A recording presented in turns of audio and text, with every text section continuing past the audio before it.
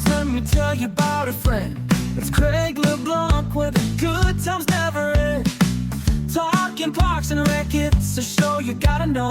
Welcome one and all to the Daily Parks and Rec Show. It's the Daily Parks and Rec Show. Shift where I'm supposed to be, and others start that process earlier, that idea of giving, and it's more about who you're serving. Others may relate to that statement where I probably grew up a little bit and then started to realize right? So now you can almost look at it more through a leadership lens of like kind of knowing the impact you can have on others. All right, we are live again. This is Craig LeBlanc with the Daily Parks and Rec Show. I have one of the great Parks and Rec legends, sought after speakers that has got so much to share and has been trying to tell the stories of Parks and Rec for quite a long time now. Has dedicated a lot of herself to just raising awareness and speaking about Parks and Rec. So Annie, how has your week been going so far? So far, so good. Everything's great. Getting to work alongside Epic team, so can't ask for anything better. Fantastic. Well, before we get the show started, I do want to thank one of our major sponsors that's been with us from the beginning. It's Outdoor Link. We just helped create a commercial for them, and I love this little promo. And so if you're looking to turn your city on or off with the flip of a cell phone app or an iPad app, you can turn on parking lots, baseball fields, water fountains, splash pads, and you don't have to like drive to them. It's literally, you can be on the beach on vacation. You get a phone call and you can turn the baseball field light off or on. They do it so well. We're actually producing a smart park show with them that's coming in January. But they've also been one of our early sponsors. So I really appreciate them and DJ and David. And it's a great team out of Huntsville, Alabama. So I'll play that promo, and then I'll also play a promo for how vendors can actually get more involved with the Daily Parks and Rec Show and help us create this great media company for the industry. So play those two, and then we'll come right back and start our conversation. In today's parks and recreation industry, communication, safety, and efficiency go hand in hand. That's where Outdoor Link comes in, delivering smart technology that empowers city departments and community planners to do more, smarter. Outdoor Link's platform connects and automates everything that keeps your parks running smoothly, from lighting and locks to signage, water features, Wi-Fi, and digital advertising. Control and schedule park lights for safety and energy savings. Remotely manage facility access. Update digital displays in real time. Coordinate fountains and splash pads. Provide public connectivity. And even run community or sponsorship campaigns on digital screens. All from one simple, unified platform, giving you real-time control, data, and cost efficiency. For parks and recreation agencies, that means safer spaces, smarter resource use, faster responses, and stronger community engagement. And behind every great park story is great infrastructure. That's why Outdoor Link proudly supports DPRS Media Company, helping the Daily Parks and Rec Show amplify the voices of professionals shaping our communities every day. Outdoor Link, smart, connected solutions for parks, recreation, and beyond. Are you a vendor, brand, or service provider ready to connect with the heartbeat of local communities? At DPRS Media Co., we tell the stories shaping parks and recreation across America. Through podcasts, live streams, videos, and newsletters, we reach frontline leaders, city directors, and decision makers every single week. From youth sports and facilities to programming and policy, our audience is your audience. Sponsoring or partnering with DPRS Media Co. puts your brand in front of the professionals who build, budget, and buy for their communities. Launching a new product? Growing your presence in public spaces? Targeting cities, counties, or departments? DPRS is your trusted media partner. Whether you're in software, turf, aquatics, robotics, smart cities, or special events, partnering with DPRS puts your brand in the story. With commercials, interviews, social campaigns, newsletters, and live shows, we're your media team. Partner with us and grow your impact in the $200 billion parks and rec industry. DPRS Media Co. Stories that move parks and rec forward. Your audience is here. Let's meet them.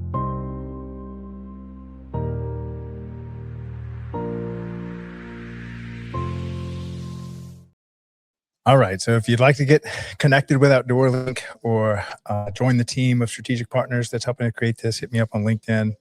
We're creating a lot of new shows that are coming out, and I can just feel it in my bones that me and Annie are somehow going to work together to create something special for this community.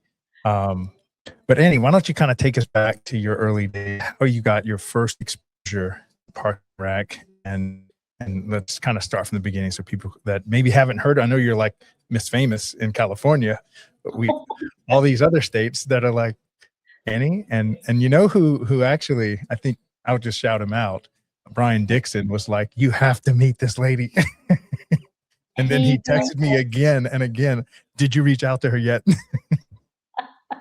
So, Yes, Brian. I'm glad you already gave him a shout out because he would have been a shout out, and I love that he's in your video. So I did see him, the yeah, flash of his face, his smiling face right on the screen. So yeah. Well, we do a monthly podcast with Henry County, Georgia, and they'll be the first to say we are the #1 Parks and Rec department in America, and you're going to have to take this title from us if you want it. absolutely, I support all, and I will say they are an impressive group. They I've been really are. They several of really are. them, so. Yeah. Okay. So how did you maybe even go back to your high school and college days? Who were you as a young person? And that way we kind of see how you transitioned into what you do today. Ooh, I'd like to think some of me still the same, and then Mhm. hopefully there's been some growth moments there. Definitely was always active in sports. So I started off in rec leagues before then high school, get into some varsity play. Yeah. I would always What had sports did you play? I played softball and tennis. So I always Oh, you still play tennis? no. No. No. I'm Me more of a neither. hiker, biker now Okay. and strength training. So Yeah. that's where I stay active. Mhm. Are you a tennis player as No, well? but I have like a close friend of mine and my brother-in-law who's a surgeon just recently, and they're like, I forget what they're threes or fours or 3.5. I forget all Oh, the scores, whatever they are, but they're big into it. So I'm always hear about it. yeah, yeah, great sport. I hope to get back to it at some point. But in addition to that, I will give a shout out. I grew up in Ohio, right around all the Cleveland Metroparks were. I can almost say in my backyard. If it wasn't officially my backyard, but very, very close. And so my exposure to outdoors and open spaces and trails came very early. If And my dad was a lover of nature. Yeah. My mom too. However, my dad was the one that if us kids came up to him and said, "Dad, we're bored," put us in the car, take us down to the park, and we'd be in the creeks. We said crick in Ohio, but I changed it so I don't throw off anyone that's listening. So grew up. I did grow up. I learned now that going off trail can be considered vandalism. So I'm going to apologize for some of the vandalism we probably did, but all in a good way, trying to explore different spaces. But now I know. Now I know better in Yeah. terms of how to utilize those spaces. So just definitely active outdoor sports and nature.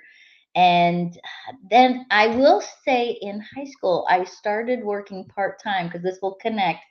I started working part time, after school on the weekends at a retirement community waiting tables. But as I went to university, so I went to the University of Toledo, I started as a business major and Mhm. was not being successful. I'll just leave that story there, Craig. You can poke holes in it if you want. Uh, Well, what was your experience as a high schooler? And I'll tell you a little bit of my story to show you how long ago so in high school, we had to volunteer. They required you to get hours to graduate. And so I volunteered at we used to call them an old folks home. That's what they were called back then. And one of our jobs was at lunch, they had a closet full of cigarettes, and our job was to hand 2 cigarettes to whoever wanted it. That's how long ago I was in. This was in like 93. And they would line up and get their 2 cigarettes. And even if they didn't want them, they would use them as bargaining tools to trade. That was my experience at the old folks home. Mine was not quite same years, but different experience. I probably started, I graduated in 92, so I think I started there in 91. I would say we were not handing out cigarettes. Can you imagine doing that today? Well, I don't think I can imagine it in the 90s, to be honest. Anyways, that's a good one, Craig. And how Yeah. does that connect you to the Parks and Rec? No. I started out as a cigarette distributor in Parks and Rec. That's a good one. Honestly, that's a good one. Yeah. That I will tell that story somewhere on your behalf. I'll quote you and cite you. I should say. Yes. 3 of my best high school friends, that's what we did. And we loved it. We felt like we were almost like little peddlers or drug dealers or something. I don't know. It just felt off. Yeah, anyway, okay. And we're not going to cite the location on that one. Right. We'll leave the name anonymous as to where you were doing that. Yep. Oh, that's funny. Yeah, so I started waiting the tables during high school and then went to university. And then what I noticed when I would come home on my holiday break or even a weekend, I would find myself going back to the retirement community, sometimes to work, but then they had an activities coordinator there. Her name was Susan, and I can't remember her last name. I wish I could. And I found myself just like showing up, and they had fabulous program design. They would take them whitewater rafting, so they'd take them off site. But then this was the one I really remember. They had the usual exercise, kind of what I would say some of the standard programming. Then the week that I approached Susan, they were hosting a cruise week at the retirement community. So every day was a theme. And like one of the nights it was captain's dinner. So all the women came in these beautiful sequin gowns. All the men were in black tuxedos. And then there was a luau one night, and I found myself just showing up, and I was watching her work. I'm like, this is her job. And so I asked her, I said, what would I major in if I wanted to be you? Because I would assume, like most of us, we don't realize it's a major. We don't even really know that it's a career option. And she said therapeutic recreation. And thank goodness, Craig, in all honesty, because I don't know that I would have had enough motivation or self-motivation at the time to switch universities to find that major. Thank goodness Toledo University at the time, I'm not sure of right now, had therapeutic recreation as a major and switched majors. And from that point on, I will just say I nearly got kicked out my first year due to grades, not behavior. Well, some of my behavior was probably part of my grades. But then the moment I found kind of what I would say my purpose, a real connection to others that were in that major, the sense of community. My best friend in life was also a therapeutic recreation major. Just everything started to make sense for me, and didn't struggle at all in terms of either wanting to attend, taking tests, studying, all the things, because I connected to it. Yeah. Okay, so now you're did we get to the part where you graduated and you're out yet? Or is this a part of your story where you're Well, how much do you want? No, that's yeah, that's good. I think that's enough there. Did you have a side quest? What's that? I said, did you have a side, the gamers call this a side quest, where you've got a major quest and then also you take a hard right detour and you're like, oh, that's the wrong road, and you come back. Yeah, well, no, I won't say wrong road. Different. I'm a big trust your path, even when you're unsure. I'm like, I've learned, I think, we've both identified our age. I've learned with age to trust some of those roadblocks, some of those no's. Some of those no's have, to your point, then navigated me differently, but into potentially even better spaces. Yeah, because I've noticed some Parks and Rec professionals were born in this industry. Their parents were in this industry, and they kind of got a job in it and realized it isn't what they want. So they left it only to realize how much they really loved it and came back. And I think those make great Parks and Rec professionals. Those that leave, realize, oh my gosh, I'm in love, and then they come back. Yeah. I agree. Yep. All right. So then, what are you doing after college, and kind of what is your first, maybe 5 years, decade after that? Well, I made my parents proud by not doing anything with my degree, and I bartended. Oh, now that's a great experience. Where at? What That city? that was still in Toledo. All Um, right. So we know who's making drinks next time we meet. and I kept that side hustle even, once I was full-time career. I kept that side hustle till I was about 37. It was, it was just fun. Yeah.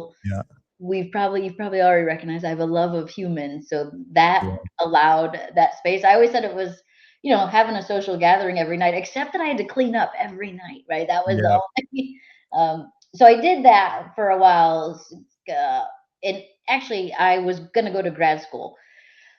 Oh gosh, I did miss a piece. I was admitted. So when I switched my major to therapeutic recreation, it was a undergrad plus grad school combo. Mhm. This is here's some of my kind of navigation through the recreation profession. I did go do my internship in a nursing home, not retirement community. And when I did my internship, I said, "Ooh, actually, I don't know if this is what I want to do." But fortunately, our field allows. I knew I didn't want to leave recreation. I think one of the beauties of this profession are all the different options that you have Mhm. Yeah. available. So I knew I didn't want to leave. So I decided to not do my master's in therapeutic recreation. But at that time, while I was bartending, I thought I still want to get my master's, but I was switching to parks and recreation management. Mm. And so I was saving money bartending, and then I moved to North Carolina, Greensboro, North Carolina. Uh, Transferred my bartending job because I was working at a Lone Star Steakhouse at the time. Oh, So yeah. those were everywhere. Transferred my job, gained residency in North Carolina, then applied to grad school at UNC Greensboro, Yeah. and I focused in travel, tourism, and commercial recreation as Yeah. in terms of that area. All right, I'm getting lost in my own story. Yeah. All right, what did you ask me?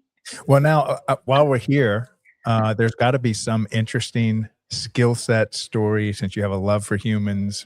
Man, a bartender has got to be a great place to see the human celebrate, get depressed, they show up with whatever. And anything you kind of still carry with you today that you learned from those days?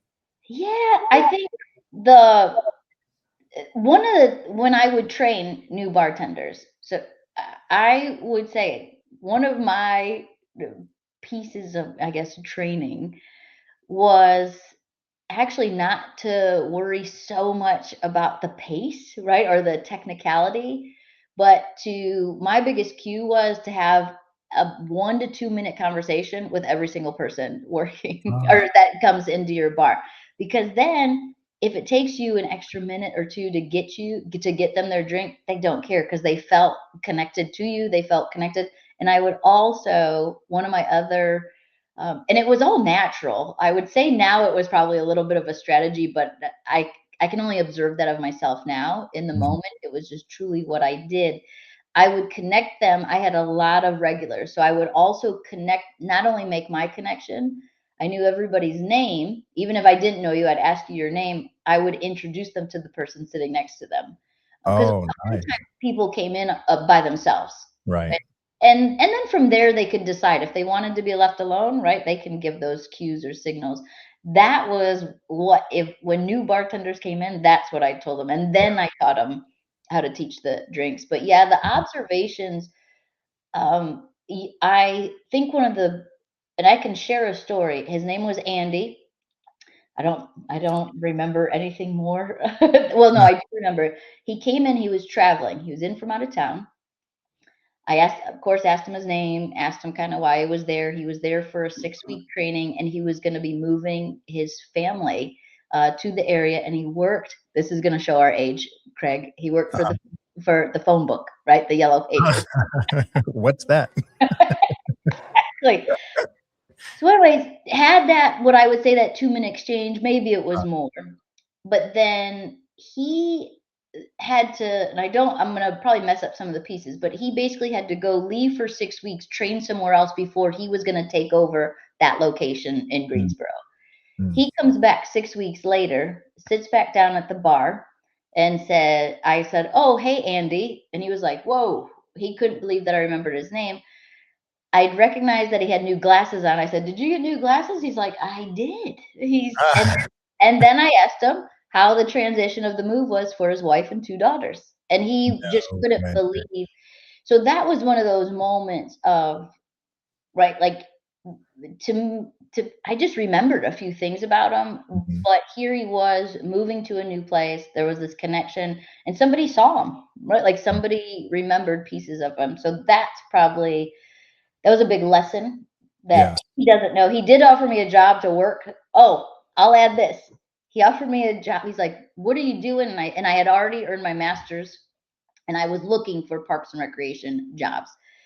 And but he said, would you want to come in just for like an informational interview?" And I came in, and Craig, and this is no knock on people that work for, right, like do this type of work. So but we walked around the office, and I just saw everybody in their cubicles on their phone, like not interacting with each other, but only on that phone. And it was sales, right? It was to get the sponsors, the advertisement. Mhm. We walked around, and I knew in that moment, I was like, I can't work here. And Yeah. I knew why he wanted to hire me, because he thought I'd be good at the sales, because I remembered all those things. We sat down, and I basically told him, I said, "I won't be good at I know you realize you think I will, but I will not, based on this design. This will not fuel me." And he asked me, he said, "Annie," he said, "what drives you?" And I answered, Craig, not kidding. I said, "People drive me." And he cut me off, and he said, "Well, you know what drives me?" He said, "Money." He was like, I tuned out like my 20-year-old, 25. I was just like, and I think that's when I said, I actually won't, I don't think I'll make you money, Yeah. because this environment wasn't for me. So you're right. Thanks for Yeah. bringing this out of me, Craig. You forget Yes. about these moments. Yeah. Well, So, I have 2 questions for you. Number okay. 1, it just speaks to the fact or the testimony of how sticky stories are. That Mm, if you have trouble remembering things, if you can spend a few minutes with a person and have a story, those stories are just stuck in your head, and you'll never be able to forget them. yep. And then number 2, so I'd like you to speak on that a little bit. And then number 2, you seem to have a very high EQ or emotional intelligence. Were you born that way, or is it something you kind of grew over time? It's funny. My parents, who I'm fortunate to still have, 84 and 88, I call them my oldies. Uh-huh.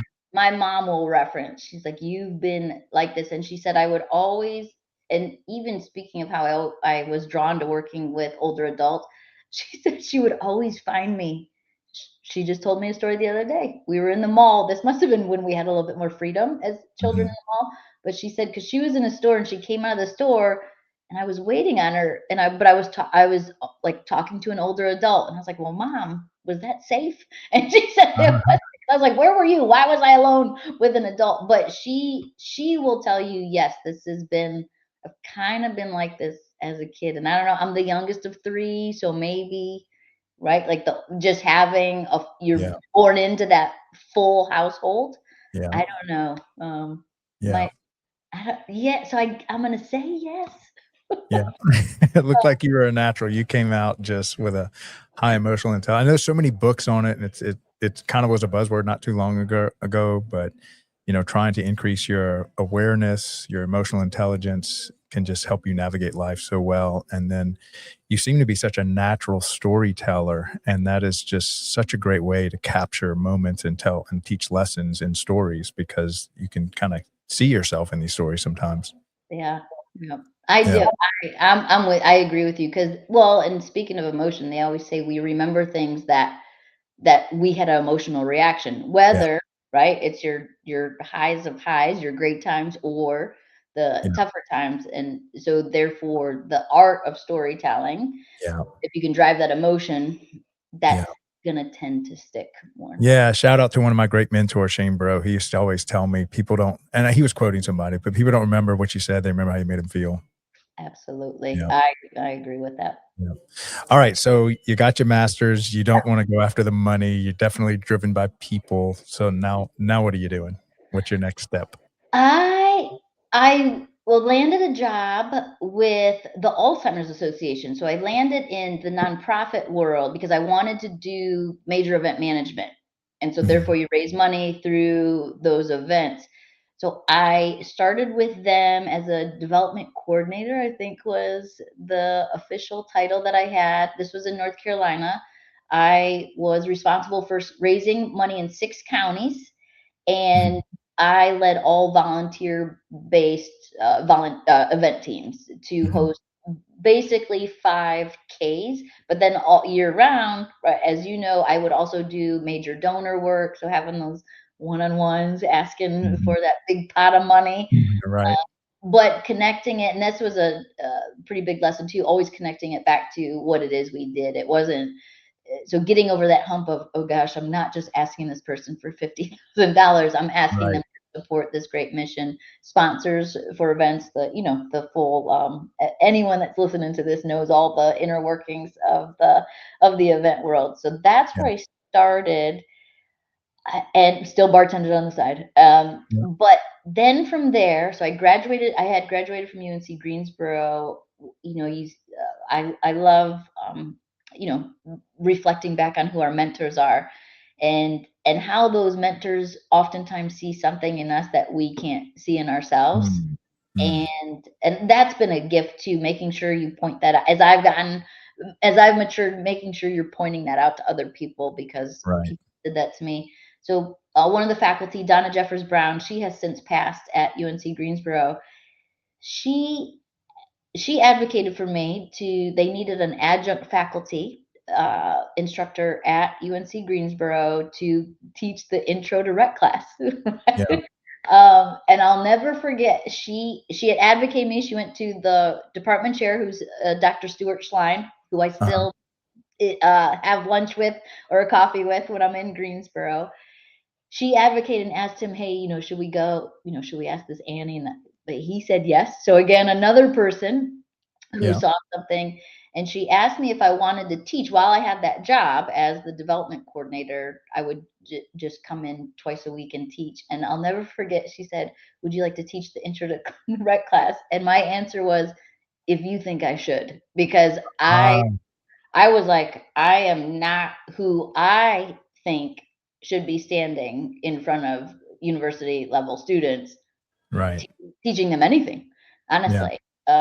And she, but probably gave me some really great words of affirmation and convinced me that Yeah. this was something I was capable of. And Craig, so I'm still working full time. They gave me an 8 a.m. class. So if any of you have ever had to teach an 8 a.m. class to 18, 19, 20-year-olds, Ooh, that can be rough. yeah, that's not, but I had to do it because of my full-time work schedule. And Okay, wait. But oh, go ahead. before we move into the teaching, I think we could probably both offer some insight to fundraising because I also was a large gift benefactor recruiter for two nonprofits in a former life. Mhm. And so often Parks and Rec people are having to ask vendors, third parties for money, local vendors to support their whatever, their community, uh, their special event. What Mhm. kind of since you've had to ask for big checks, is there anything you can share with those that are listening that also have to ask for big checks? What kind of advice would you give somebody for that? Yeah, two things come top of mind. It's relationship. Mm. It it's not a sponsorship ask. It is, but it isn't, right? Yeah. So it's building the relationship with them, and then really being passionate about what it is that money does for who you all serve. Yeah. Um, Yeah. and 100% agree. yeah, the relationship part. Don't just show up when you have to ask them for money. Yeah. Like, we don't even like if we have friends that do that. Not that I Yeah. have friends that do that, but right, like, you can't just show up when you need me. So what are you doing year round to cultivate and to make them feel included in your organization, not just as Yeah. that money donor? One thing I would, one of my tricks was, and this came from a great book that I read. It said, if you ask somebody for money, you get advice. If you ask someone for advice, you get money. Mhm. So Water. Right. Yes. So ask your biggest benefactor to say, hey, here's our why. Here's what we're trying to do. I need you to, advise me on what you would say yes to.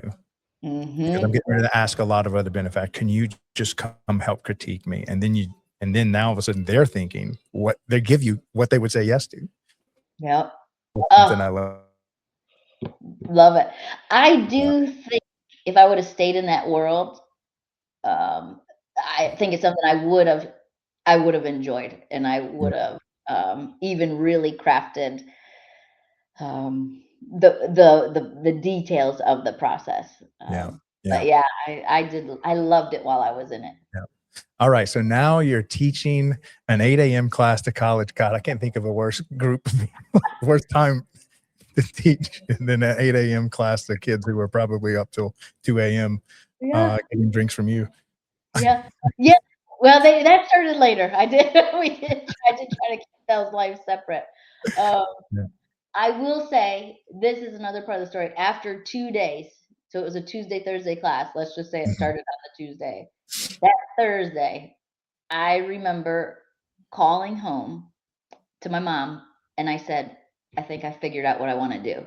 So it wasn't really until then, like I knew I had this love of recreation. Events was kind of where I was getting pulled to.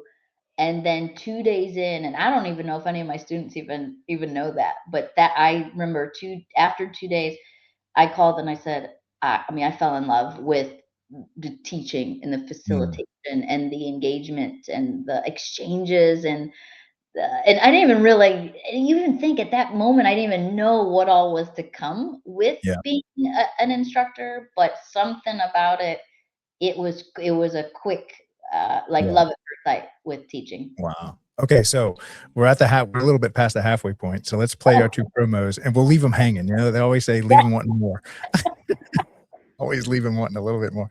So we'll play this promo and then we'll come back and pick up where we left off. Hold on 1 second. Oh, and I'm going to play the essential services video. It's one of our most powerful videos. So I'd love to get your take on that at some point. So we'll play those 2 and then we'll come right back.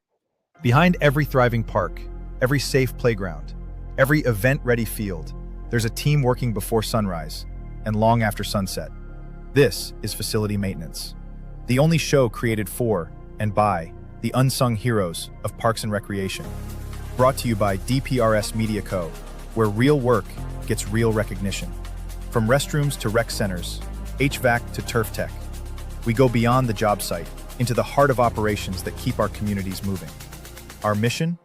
To elevate maintenance teams through stories, solutions, and shared experience. Our vision? A world where every facility crew is seen, valued, and fully supported. Each episode features operators, innovators, and leaders, sharing tools, tech, and tactics that make the impossible look easy. Facility maintenance isn't just a job. It's purpose, it's passion, and now it's a show. Facility Maintenance, where tools meet purpose, where work becomes legacy. When we talk about essential services, what comes to mind? Police, firefighters, healthcare. But there's another essential service, often overlooked, yet always present. Parks and recreation. Parks and Rec is health. It's the walking trail that lowers blood pressure. The recreation center, where seniors fight isolation. The swim lessons that prevent tragedy before it happens. This isn't a luxury, it's a lifeline. Parks and Rec is safety. A playground instead of a street corner, a basketball court instead of trouble, a summer camp where every child belongs.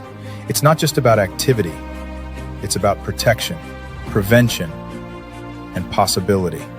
Parks and Rec is community, the festival that brings neighbors together, the cultural event that teaches respect and diversity, the open space where a city breathes.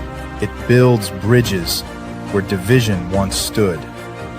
It gives people a reason to gather, to connect, to care.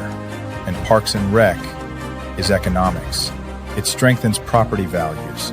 It drives tourism through events and trails. It saves on healthcare costs. Every dollar invested multiplies, feeding back into schools, into safety, into growth. Essential service is not just about survival, it's about thriving. And Parks and Recreation is where thriving begins. In wellness, in equity, in culture, and in joy. Parks and Rec isn't extra, it's essential. For our health, for our safety, for our communities, for our future. A message from the Parks and Recreation community.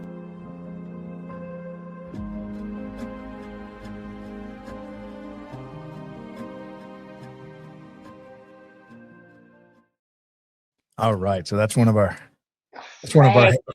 heavy hitter videos that we made for the industry. But I don't know. Can you see me when that's going? I was over here like nodding to the video. Gosh, yes, that's well. You want to know my take on it? Love it. It shows just the depth of knowledge you all have as an organization. Because I think you and I maybe talked about this. I was like, and people are torn on this. So some people agree with the statement I'm getting ready to say. Some people don't. But I call fun the F word because we get right the extra. That's where that extra versus the essential. So I appreciate. Doesn't mean we don't produce fun or that we don't gift that to others, but when it gets held there, that's all we do. Mhm. That's where I think we miss on some messaging because Yeah. it does go to property values. It does go to reducing crime rates, like like Mhm. all these things. So, anyways, and I don't want you to, because I want you to know this before we see each other in California. I have a similar video that I utilized during. That's all I'll say. I don't want to give any secrets out, but we're very well aligned. Yours is done way better than mine. Yeah. Well, I'll say that. I'd love to show your video one day. Maybe we can just get it some good airtime because it's like you said. I think you said it very well. It reminds me of the gift is sometimes more for the giver than it is for the one receiving the gift. And so there's a lot of joy in giving other people joy. And Yeah, sometimes that's why you're here, because I love putting smiles on people's faces. yeah, So you kind of get to do both yeah, and yeah, win. yeah. All right. So back to the story you're teaching. Yeah. So then from there, I was really fortunate. I was young, so I probably missed some years in there, but I was 29 when this Mhm. all started. And from there, I fell in love with it so much. Next thing you know, they offered me, I think, the recreation programming class. So then I was teaching two classes, and they had a grant, an inclusive, it was called Partnership 5, Fostering Inclusive Volunteer Efforts. And Mhm.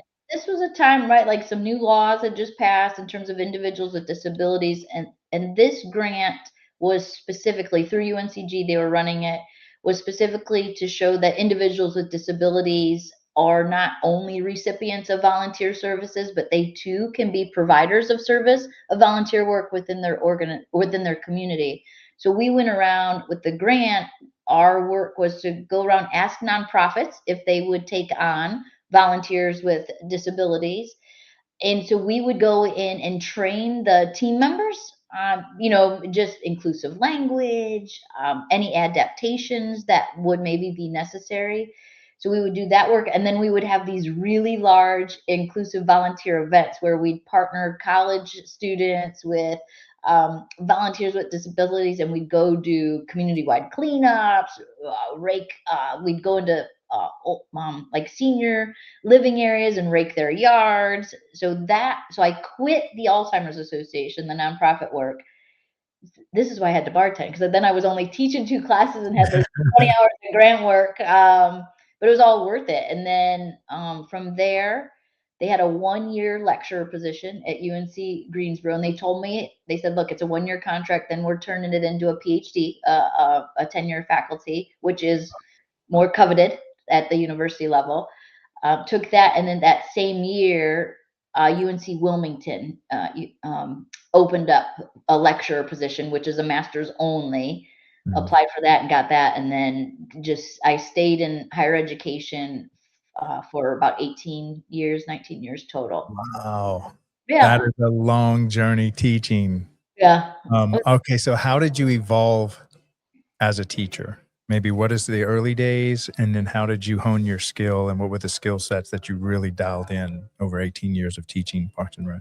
Yeah, two things. I'll be real honest.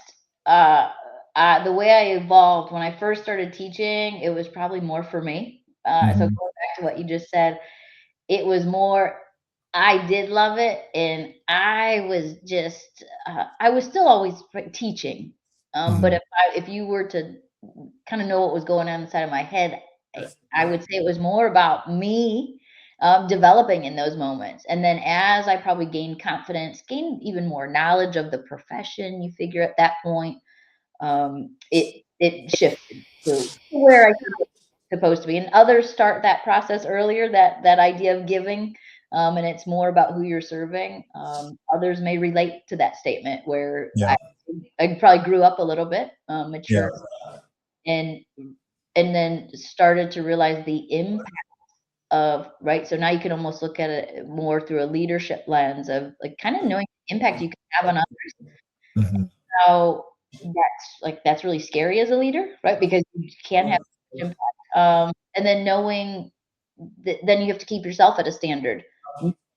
You can have you can really make a difference. So it become a lot about others. And then too, I think the designs too, I never had a class minus like if I had the very really giant lecture.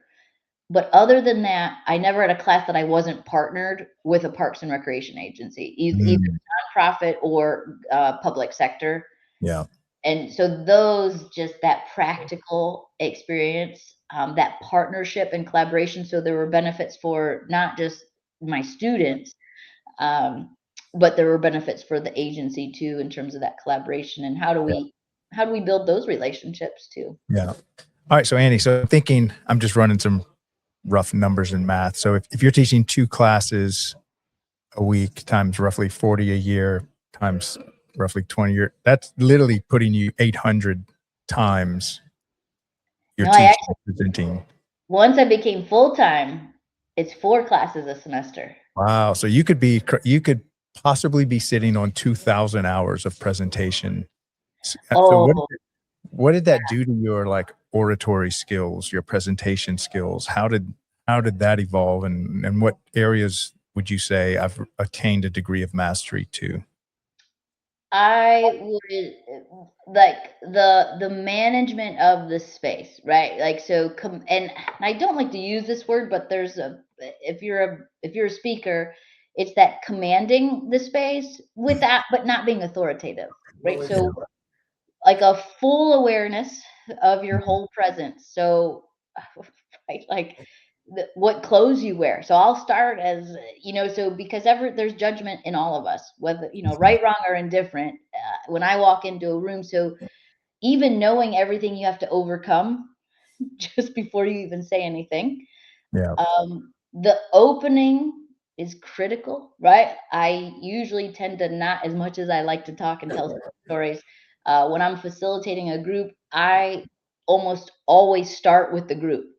So Mhm. right after an introduction, I go straight to the group I'm facilitating. You'll see, even in a keynote, my first action is I have I have them doing something, and so I bring them in. So that's one that I've learned, whereas before, that's where I said you grow from, it was about you to it becomes about the others. Yeah.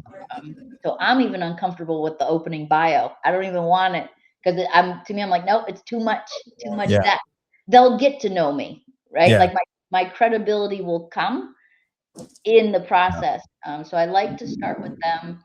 Now, Um so I love how you said it's important to make sure you're fully present and fully aware. Sometimes you can get so wrapped up in the fears, the stage fright, the topic you're presenting that you forget to have your mind in the room. And I love how you said after that you have to make sure that you get your audience's mind in the room, because they could just be totally distracted and everything just going over their head. So maybe you can speak to how you get yourself in the present moment, and then how you help your audience get in the present moment. Yeah. I'm going to sound repetitive. And I've had this is truly my answer. I think about them a lot before I enter their space. So that helps prepare me. Their time is valuable. Right. They do so much for their community. I want to make sure they're being served in a way that I try and meet the standard of what they're producing. So that helps ground me. I think over time, what grounds me is that you do get feedback that says, "Hey, Annie, that impacted me." So I think so building the confidence to trust yourself that keynotes are my scariest thing. I'll be honest. And even though that's one that you repeat, I have to tell myself, Annie, this worked. This worked in Connecticut. This worked in New York. This worked in Yeah. Massachusetts. It'll work. But every time I'm like, oh, I don't know. So there's still a little bit of that comes in, Craig, but trying to remind yourself that people stopped you, like Wow. in the hallway to say thank you. So others probably help. They help ground me. Yeah, then, I see, Annie, how you would say now your love for people that would serve you so well. Because if you're just not interested in people and that you're trying to serve them, but you're not interested in them, that's got to be a major roadblock. But to have that desire to serve people and be a people person and interested in people, that's got to serve you so well. Yeah, I think so. I mean, it feels like I feel lucky to every conversation I get to have. I'm like, that's a good conversation. Well, versus being in it for the, I don't know how that would serve. I will say I struggled with it. That was really uncomfortable. So then I started a business. So I went from university instructor to starting this business, and I had a lot. I hired a business coach because I had trouble asking for money, because now it wasn't, the university, you're getting a paycheck. That feels pretty normal. Now you become this entrepreneur. I had trouble calling myself an entrepreneur or business owner. I had trouble identifying as that. And I had trouble, right now, some people will be like, well, she doesn't have trouble asking for money now. That was there was a lot of discomfort at first with How that. did you put that in check? How did you overcome that? The business, well, I pushed back. It's funny. My business coach, great business coach. He is a coach, but he also built the same type of business. So he's a speaker. I see. And I basically, I started right during COVID. So my first 4-week program, it was 4 classes, $99 for the month. 12 people only in it, and it was parks and rec and event professionals from across the US, $99. And my business coach, he basically chuckled at me. And he's like, this, and I'm like, until I experience it, until I facilitate it and present it, I said, I can't charge more. That just, and so it was probably, right, it was this back and forth. It was almost a dance with me and myself. With let me test this. Okay, I think I can ask for this. Now I would say my prices are kind of set, but my prices have grown over the years, just based on the market. And then I'll talk a little bit of business, which I normally don't do on a podcast. Yeah, let's do it. I love it. Yeah, I had so there's a National Speakers Association. So, how Parks and Rec professionals go to their state and associations at NRPA. I needed a space for speakers, so National Speakers Association. And I had just met, another colleague, and they said, if you're getting a yes, every time you put out a proposal, if you get a yes, you can raise your price. You're too low, right? Yeah. So, and I'm sure you know that as a business. Well, I would say, you have to understand your value. And so once you realize you're a Porsche, let's just say that's what you are. And then all of a sudden you sell a Porsche for $3,000. The first gut reaction is, what's wrong with it? Yeah. Because nobody sells them for $3,000. So understanding your value and then see what the market commands. Yeah. And so if the going rate for a cheap Porsche is 70 grand, Yeah. start there. But understand your value and then ask what the market price, at least start where the market starts. And I had to tell myself too, and if you don't ask for money, you actually can't keep doing this, and you can't. Right. Right? You can't. So there was a little bit of like, Bartending at night. yeah, it's like, well, you have to, right? Like you have to ask for money, and it had to be a right. Like then then you have to look at it from a yearly salary perspective of, Yeah. and so I try to now, and also too, I have friends now, others in the industry that do the same thing. I have a couple where we're really open. We'll Mhm. talk numbers, and then others we don't, which is totally respectable. So then you even start to learn that you're like, okay, I'm matching, who my Yeah. competition. Right. So, Okay. And so you taught for 18 years and then you kind of exited that and got into the speaking career where mhm. now you're starting to share a lot of the wisdom that you learned and stuff. So, man, I can't believe I knew this was going to happen. I knew we were going to fly through this show and be halfway through the story, which is, so we have to do a part 2 here. All right. So what's your first speaking engagement like? Your maybe first few? I did the virtual, so but I don't know that, that didn't feel as big. And I will tell you, it's so weird. It's like, I'm like, I think he might ask this question. I don't know why. I've never thought this of any other podcast that I've been on. Erica Perez, town of Queen Creek here in Arizona. I met her actually at event management school, NRPA, IFEA's event management school. We became friends. And I made a move, and when I moved here, she was the first team to Mhm. identify me as a facilitator, and it was I mean, right, like nervous. She's so kind. She's an epic. If I don't know if you've heard of her, another great person. For Um, Parks and Rec? yes, yeah, great culture of they've had massive growth.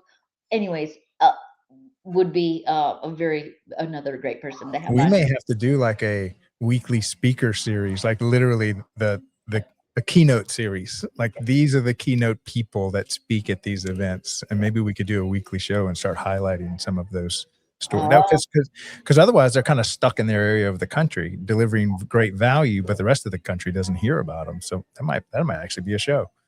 well, that's weird. She's not a speaker. I mean, she may present, but she's a practitioner. So Oh, I see. Yes. yeah. But Yeah. she was the first one to hire me, and so lifetime. Yeah. And yeah, so it went well. And so she was right, just a first adopter to believe in me. Again, it goes back to other people seeing something in you, Mm, that they trust to give up, take 4 hours out of their team's time or 6 hours out of the team's time. That's I look at all of that's community. That's tax dollars, right? That's money not going to the community. All those yeah. things for people to, and I mean, in a way, it is because you hope what they learn in the training ultimately feeds back to the community. But if you Right. just look at the hard dollar, you Yeah. know, but yeah, it was so. Uh, That was my first team, and just grateful it was her. So how did you handle that? I let you kind of describe almost like the pressure put on you to deliver value. They're like, I think you would make a great speaker. Come in, speak about this, and then you get the job, and you're like, oh shoot, now I have to perform. Well, I I hope do. There's that. That's a right. great quality, Craig. Um, yeah. Well, I think it's right. Like I don't know if you have to. I mean, right. I Yeah. mean, there's a bit of wanting to, and then there's a bit of having to. Yeah. Yeah. If I'm be brutal, if I'm gonna be brutally honest, but I will say I do a discovery call with, so every team I work with, I have a lot of similar strategies, but I do still have a one-on-one with each, a 30-minute discovery call where I ask them what are their challenges. I have a couple other questions Yeah. that makes me hear what it is they're probably needing, Yeah. um, for What are me. some of your discovery questions? Because I do the same thing where I have a prep call because I mean you've got a whole story, a life story of all the journeys, which do we talk about? Which is most powerful to you? What's your why? That kind of stuff. So what's kind of your discovery questions where you're truly trying to pull out, who are these people I'm trying to serve? Yeah, one is, and I'm usually with the director or assistant director, if that's the titles they use, right? We know that Right. different titles within the Right. different organizations. I'll first ask pretty standard question: what are your challenges in terms of team, if you have any, or if you were to identify? One of my questions that I gain the most insights from is, we've had our day together, right? Like, so we've had this 4 to 6 hour facilitation. We've had your team in the room. When you go home that night and you're either sitting with somebody or you call a friend on the phone, how would you want to describe the day? That Mm, I get more insights versus if I ask, what goals do you have? Because they'll kind mm, of just start telling you everything about their team.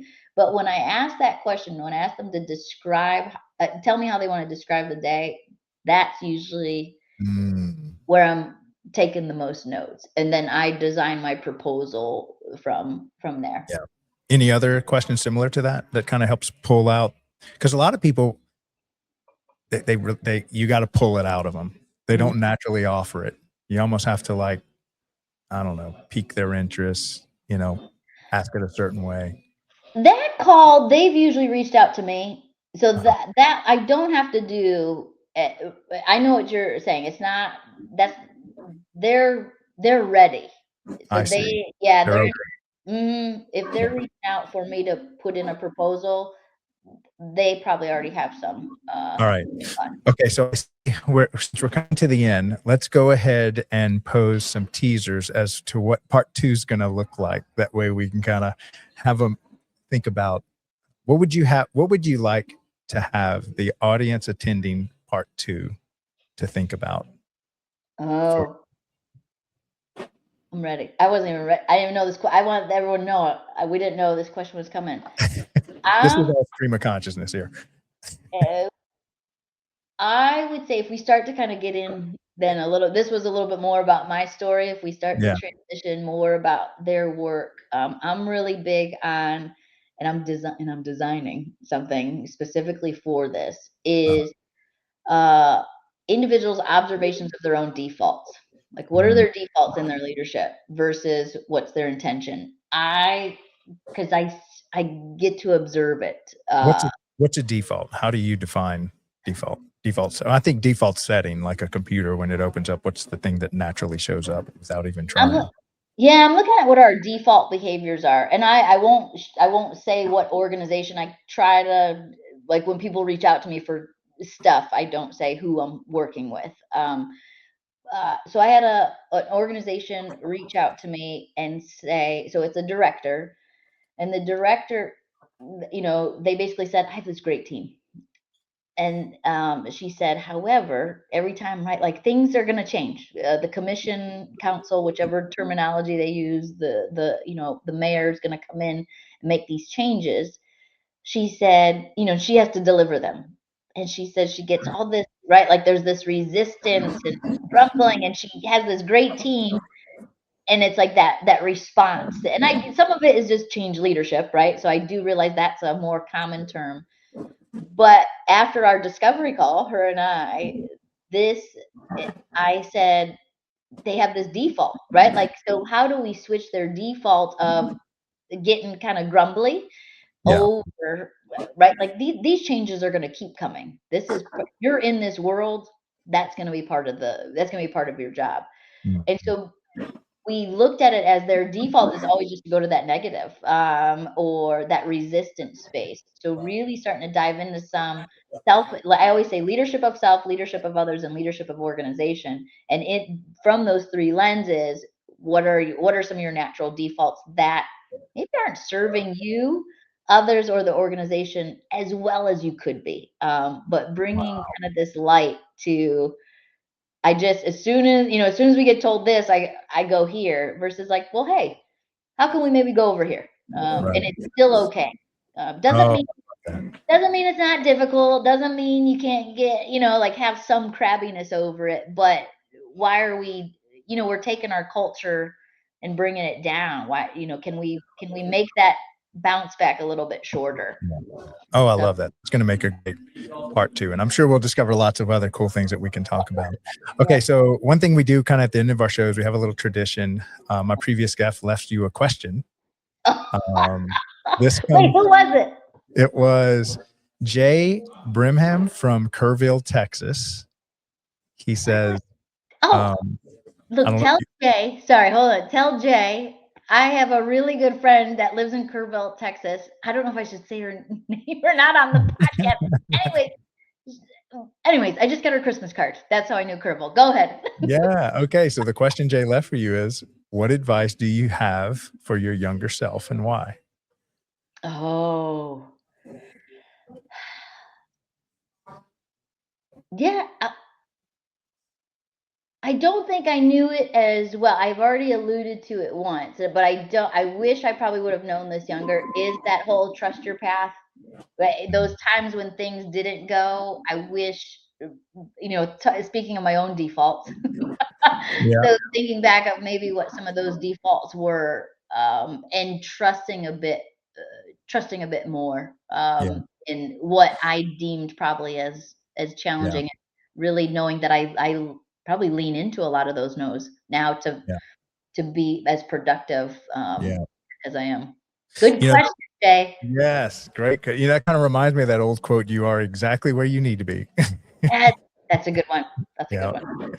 Well, Annie, Brian Dixon, thank you so much for introducing me and Annie to each other, and being persistent. Like, he was not taking no for an answer. He was going to walk me over to your place if I didn't.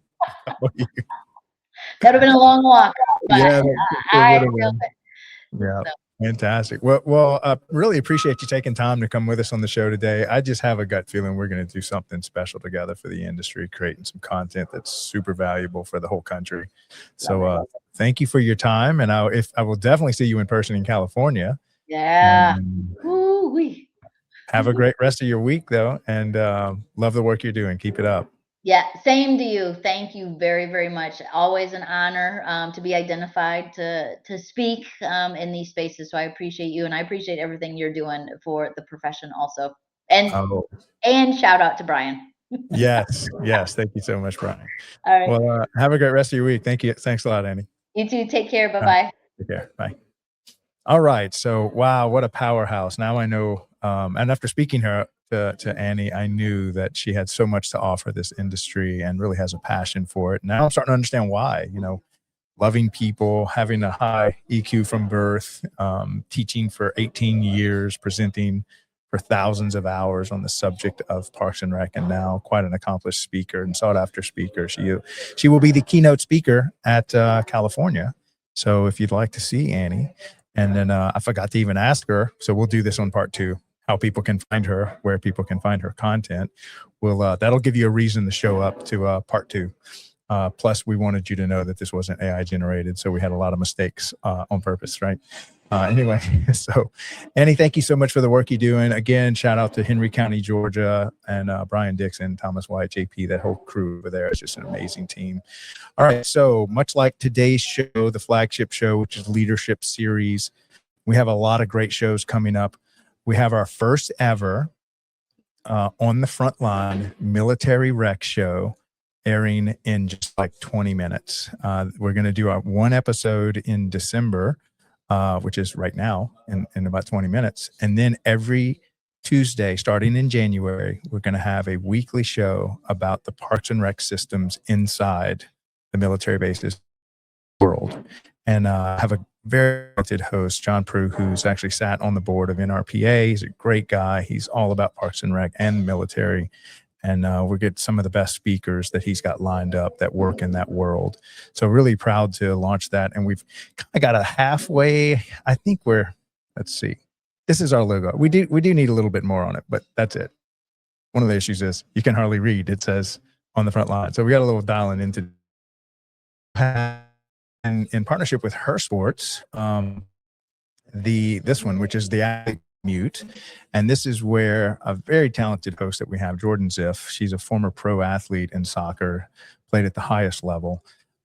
She goes into the car ride to practice the car ride to a game and how these athletes prepare for it, and has real conversations with them. And she's got all the camera set up in the car so that she's driving them to practice. She's driving them to the game. She's interviewing them. And so you get to really, it's almost like a backstage pass to a concert, right? But to an athlete, a pro athlete, and how they prepare and get to understand their life and stuff like that. So what a great concept. Those are 2 shows we're launching. And then with Outdoor Link, we're launching a kind of a technology smart parks show. Those are all in the works. They'll be launching one's launching in a few minutes, and then the others we're in the process. So look for those December, January to be launched, in addition to the other shows that we've already launched as we are on our journey. And we got our new logo, DPRS Media Network. I love that you can read it. It's legible. It's great. Great job, Chris, on making that. We're really getting a good full-on facelift after a year and nearly 400 video daily Parks and Rec shows. We start to build a true community of content creators and really highlight the inside of Parks and Rec and sharing it nationwide. So thank you we got from everybody that's contributed this year. Back, making a big thank you, holidays, Christmas, thank you 2025, and then looking forward to 2026. So I can't wait till that's released and we can start playing that here towards the end of the year. All right, so that's all I have for y'all today. Craig LeBlanc with the Daily Parks and Rec Show. This is our leadership series in Parks and Recreation. Stay tuned. We're getting ready to launch our first ever On the Front Line Military Rec Show. Starting here on Tuesdays, 1:30 p.m. Eastern. We'll have one show in December, and then every Tuesday, 1:30 p.m. Eastern. So stay tuned. We'll see y'all here in a bit. Thanks. Bye. As soon as I can hear, we'll play the and before we close out, we'll see y'all here in a bit. They say it's just rec. Just rec, where kids learn to try again. Just rec, where confidence begins. Where teamwork, effort, and fun matter more than trophies. It's not about perfection. It's about participation. It's not just rec. It's where kids learn to love the game and themselves. It's just rec until they learn teamwork for life. It's just rec, but it's everything to them.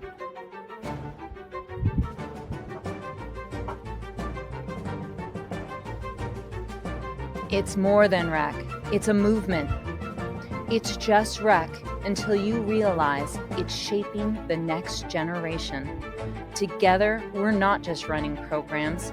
We're building a culture of confidence, connection, and community. Join us. Welcome to DPRS Media Co., the first media company built for the people behind the Parks and Rec community. We don't just cover on Parks and Rec, we elevate it, we amplify it, we honor it. At the heart of everything we do is one mission: to serve the public servants, the professionals who design, maintain, and lead the parks that shape our communities. Under the Daily Parks and Rec Show, we produce 6 powerful platforms. Leadership in Parks and Rec, a spotlight on directors, superintendents, and visionaries shaping the future of public spaces. Facility maintenance, where the boots hit the ground, a deep dive into the systems, crews, and craftsmanship that keep our parks clean, safe, and beautiful.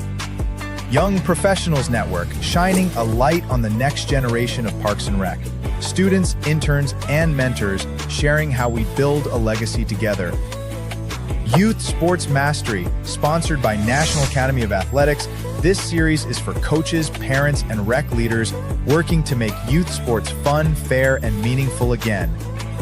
The Rec Room, hosted by the passionate leaders of Henry County Parks and Rec. This show brings frontline energy and real-life stories from the field. And the weekly Parks and Rec Post, our official newsletter delivering stories, insights, and community wins every week. We are DPRS Media Co., LLC, a media company with a mission to uplift the professionals who serve every community, every park, every day.